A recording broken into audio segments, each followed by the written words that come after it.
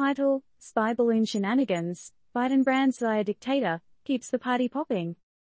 TLDR. Biden put Xi Jinping under the spotlight, branding him a dictator during a Cali fundraiser chat. This snappy soundbite was sparked by the infamous spy balloon incident, which caused some serious diplomatic dramas between China and the US. Though the US State Secretary attempted to play peacemaker in Beijing, Biden ain't playing ball, bringing up the incident again to over 125 attendees, including Governor Newsom. Story time, peeps!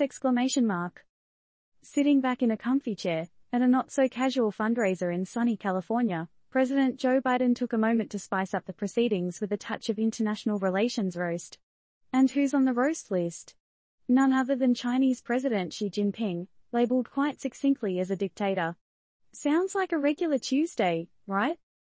To set the scene, let's rewind a bit. Earlier this year, a rather mysterious Chinese balloon, casually loaded with spy equipment, or so it's claimed, took an unexpected detour over US soil.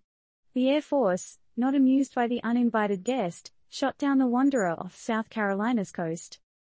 This cheeky balloon, allegedly out on a peaceful meteorological research mission, according to China, had apparently been hanging out over some very sensitive US military spots. Awkward, right? And here's the punchline, folks. Biden claims that I didn't even know about this wayward airship. Cue the laughter track, as he adds, that's a great embarrassment for dictators. Touché, Mr. President.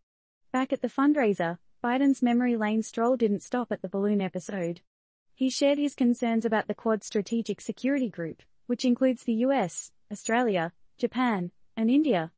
They've been pretty vocal about buffering Chinese interests, but Biden says he's smoothed things over with Xi.